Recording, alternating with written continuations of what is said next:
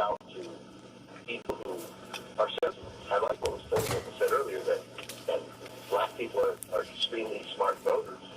But I would have to say that when I think of a black voter, I think of a straight D, right down the line. Yeah, but that's where you're incorrect, because that has not always been the case. Black people vote our interests. And I'll tell you this as a black.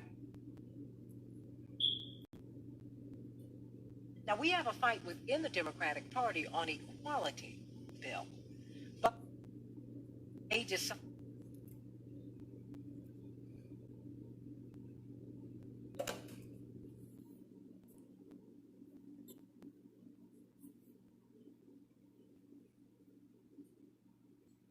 Politics and Republican friends and tell them that if they didn't want to play the racist games, they'd have a shot with black people. But they don't. And until they stop that, they will not have a shot with black people.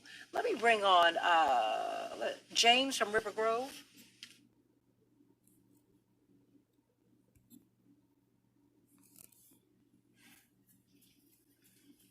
James?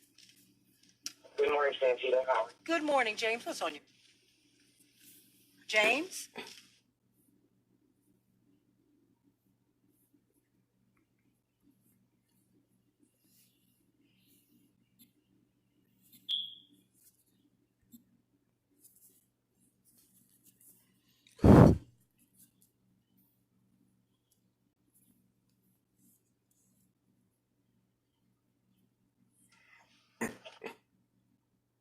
I'll just make this cut real quick. If you remember on your first show, I was one of your first callers, and I said that we need to have a smartphone app, a smartphone voting app.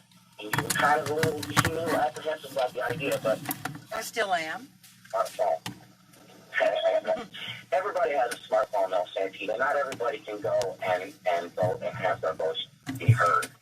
And I think that if we we build a lot of encryption in it, a lot of protections in it, I think that it'll be better than the system that we have, which is really dependent on the whims of certain people, whether or not they want to let people use their gun ID or an actual ID or whatnot, is ridiculous. But that being said, I don't like Joe Biden really. I'm thankful he was president, and, this and that and the other thing. To me, Joe Biden, he almost is a personification of white privilege. And that's kind of even more telltale with the way that he's trying to ride on the coattails of President Obama, and claiming he has more of the black this and the black that. I think it's smug.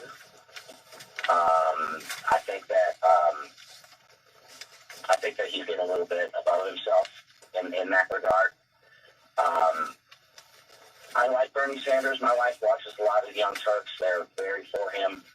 I see problems with him. I see problems in his record. I don't think he's been consistent. I know he didn't vote for the Iraq War, but he voted to fund it. I think if he was a man of his convictions and he really believed in what he is saying and doing, he would have taken that vote, against funding it.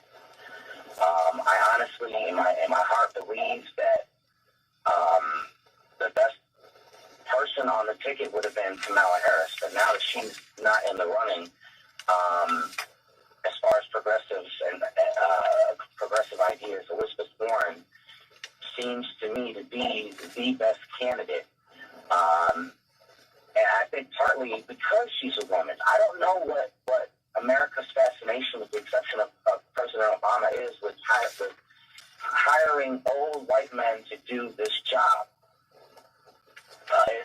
It's proven there's a lot of stress. Look at President Obama. He's silver-haired. He's silver fox now. It's a stressful job, and it entails a lot. And for us to hold with the idea that these old white men need to be in charge is really just a relic from, as far as an idea, from when this country was founded. Because although, you didn't have very many young men, you had mostly men in their 40s and 50s, writing the Constitution, getting this country together. So it's almost a relic of an idea.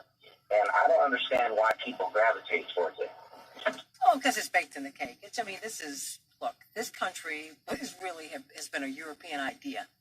And so it is what it is. At this point, I am looking for, I know when Reverend Jackson ran, what he was trying to do was not just crush the phenotypic barrier. That is what a president looked like. He also cracked the gender barrier because he's the first top tier candidate in American history who said that he would have a woman on the ticket. Even the eventual nominee refused to do that until we got 2 days out from the convention. Look, at the end of the day, I want not a white candidate, but the right candidate. And I need to see what you stand for. And I think for those people who want anybody, you need to ask not just about their domestic policies. We need to look at their international policies because we have bases all over the world and we have loved ones who are manning and womanning these bases. So I'm going to get some closing thoughts from my wonderful panel here. I'm going to start with you, Troy LaRaviere.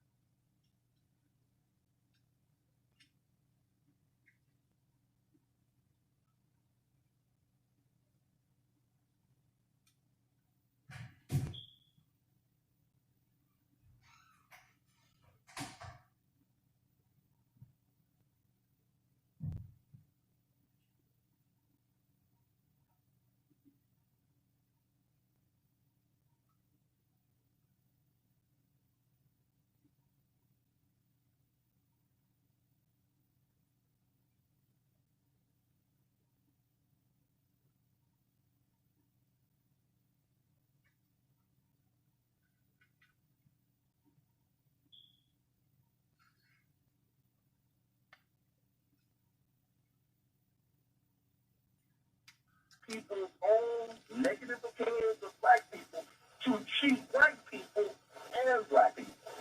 I don't know a better example, but there are so many examples of that kind of behavior. White people's prejudices working against their own interests because that's what those prejudices were designed to do. Make you make stupid decisions. And so that's why you need to be concerned about diversity. That's why you need to question your negative assumptions about black people and where they come from, or is there any basis for them? And I think the last thing I like to say is, in terms of black support for Biden, which is the whole point of this conversation, is that you have to remember in South Carolina in 2007, Hillary Clinton was out-polling Barack Obama. Say that again. In South Carolina in 2007, Hillary Clinton was out-polling Barack Obama. In fact, major black politicians endorsed Hillary over Barack before that Iowa primary, including Joe Reed from Alabama, who had in 1984 endorsed Walter Mondale over your father, Jesse Jackson. And then several years later, he's endorsing Hillary Clinton over Barack Obama, saying she's electable, but he's acceptable. And then Rangel endorsed Clinton. Well, let me just jump in right here, Troy, because a lot of people did not support Barack Obama because they did not know him. He did not have black relationships. Well, no, just hold on, because when I have to switch channels because of the way we're broadcasting today, when I'm talking, people can't hear you, so I have to jump off the channel in order for people to hear you. So I hear you. I'm just trying to be very, very precise. And what the Clintons have done down through the years is build a lot of relationships with a lot of people down through the years. Relationships that, quite frankly, President Obama did not have. And black people were looking for someone who was acceptable and electable to white people. And so when President Obama won that initial white primary, Iowa, then black people shifted, not, I mean, because I was on the radio at the time. They would say, we finally got one who's electable. Now, they didn't talk about his policies or anything else. They just wanted to get to the White House. And there you have it. And so he was behind in South Carolina, but he ended up winning, beating Hillary Clinton. I mean, thrashing him. He got 78% of the black vote, but just like you said, it was when he got that Iowa primary and showed that, one, he was electable, but two, his name began to be said a lot more as a serious contender. Who's leading in Iowa right now? Who's leading in New Hampshire right now? Bernie Sanders is, and the media's been ignoring him. Once he wins in Iowa, once he wins in New Hampshire, and they can't ignore him anymore, and his voice gets out there, people are going to hear. You got to remember, in 2015, Bernie Sanders had 2% of the black vote nationally. He's at 20 now, because the more people hear him, the more black people hear them, the more they begin to support him. So I think he's going to gain some momentum. And I don't think he's going to get 78% of the black vote, but I think he's going to fight into a huge chunk of Biden's majority, and he may even outdo him. Well, Dr. Zunius, yes. Once everybody stops calling Sanders unrealistic, I think people are going to give him another look. I think he could very well get some momentum here. Dwight, why don't you wrap this up for us? Well, a couple of things happened in Carolina, if you remember, Troy, is one was what you said. The other one was that Clinton went down there and started disparaging Obama and say he thought that this was a joke. And black people became so enraged about that.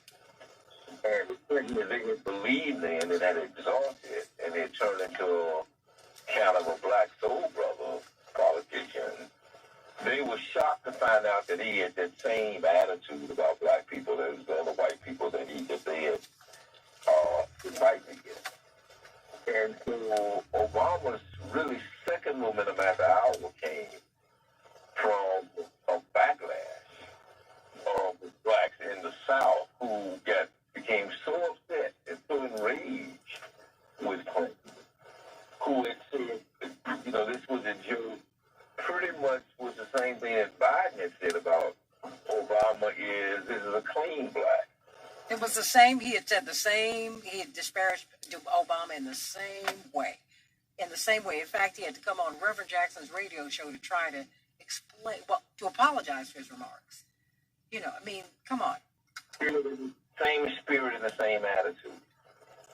And so I think that, again, we run the risk of what he does, talking about Biden, of the more exposed he becomes, his record becomes, the greater at risk he is from losing that black following. And right now, again, I say this operates a lot off reflex and just loyalty. And the more that some of these other guys like Warren and Bernie are exposed in their record and what they are willing to do in behalf of black and other non-white people and other poor people and other people who are on the other side of the 8 ball, the more back they have in terms of picking up the black vote. And so I think that Bernie, and I know Cornell is out there with it, but he's interpreting him, has a lot of respect for him. I think that the advantage that Bernie has is that he has a lot of upside. I think that Biden is probably peaked with that. And when he peaked. Agreed. I'm sorry, Dwight, what were you saying? So as you were wrapping up? I was saying that Bernie does have an upside. He has places that he can go in terms of pulling in black votes. As does Warren. I think Biden is probably peaked with his black base. Well, does my panel have anything else to say? I would agree with that, and I think what I really appreciate about both Warren and Sanders is that they're willing to talk about race in white areas. I mean, One, for example, was in Iowa, a little white town in Iowa, and she was talking about inequality. And she started talking about how inequality disproportionately impacts people of color. And she talked about redlining, and she talked about bank loans, and she talked about all the structural things that go in inequality that hurt black folks. And it really, really struck me that, she didn't have to say that. She was in a little white town in Iowa, but she knew that people were listening to her. She knew people who knew about the inequality part. She just thought it was important that they know about how inequality disproportionately hurts people of color. That showed integrity to me, and I've seen similar things from Sanders. He doesn't say the right things just to get votes from a particular constituency. He's willing. They're both willing to speak truth to power, no matter who their audience is at a particular moment. The white. Oh, please continue. Brought up. I like the fact that Dwight brought up, in addition to Obama's momentum from Iowa and the close call in New Hampshire, that he also benefited from some Clinton gaffes. So before I fast forward today, who makes more gaffes than Joe Biden? So we have Bernie Sanders who's going to have, well, he's not in the race. So we have the fact that Bernie's going to have momentum from Iowa and New Hampshire, and he's going to be going up against the gaffe master.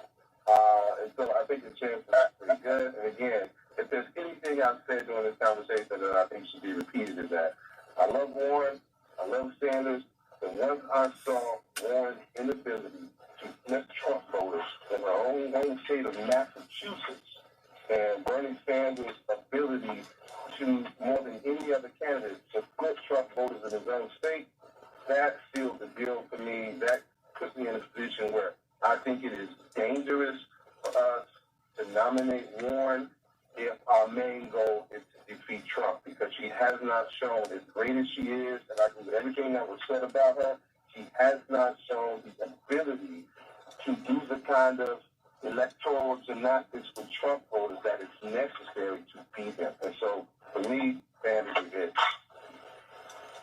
And I guess in conclusion, what I'd say is that the reason I think that Sanders and Warren have been able to speak to these issues, and even in these small towns, is because I think both of them are speaking out of conviction rather than convenience. I think that what makes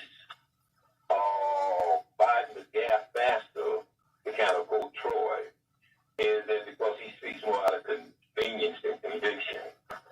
And so the real fault is not in deep through. The real faults are not his projected thoughts. And it makes him kind of a little hypocritical, a little contradictory. And I think that's the issue of what he really believes and what he really projects. Dr. Steven Zunius, Troy LaRaviere, Dwight McKee, I want to thank you for being with me today on the Santita Jackson Show. I cannot wait to have you back. I'll tell you, one of the things I've learned from Reverend Jackson is that he said, a day in politics is a light year. We could be having a completely different conversation tonight, tomorrow, the next day, whatever happens. I do hope that all of you who are within the sound of my voice, hope you will continue to like and share this Facebook conversation. Please continue to like and share it. The YouTube conversation that you were in on, please like and subscribe. Please like and subscribe. Please look at the stances that all of these candidates have on all of the issues, domestic and international. They all matter. With so many of us moving into the military, I was just sitting with a woman the other day on the MLK Day, and she was despairing of safety for her daughter who's overseas in the military because she's trying to pay for school. And so I think that you need to ask these hard questions about where all of these candidates, Republican and Democrat, stand on all of the issues, international issues and domestic issues. Ask about all of them because they all matter. What a brilliant panel we've had today, and I thank you all for consenting to be a part of this, but you're all part of the family here. Can't wait to have you back. We're going to have some great, great conversations in 2020, everybody. Mwah.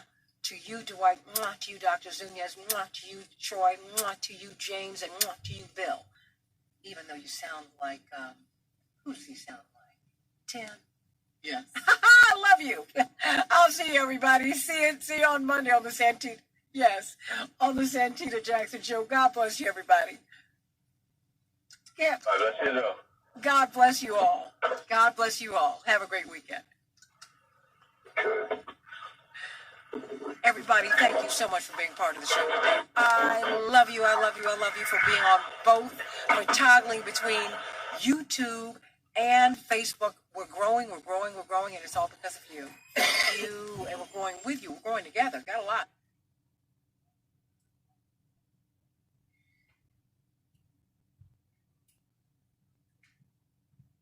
Se decidió porque pidieron que querían refugios. Sí, apareció un dirigente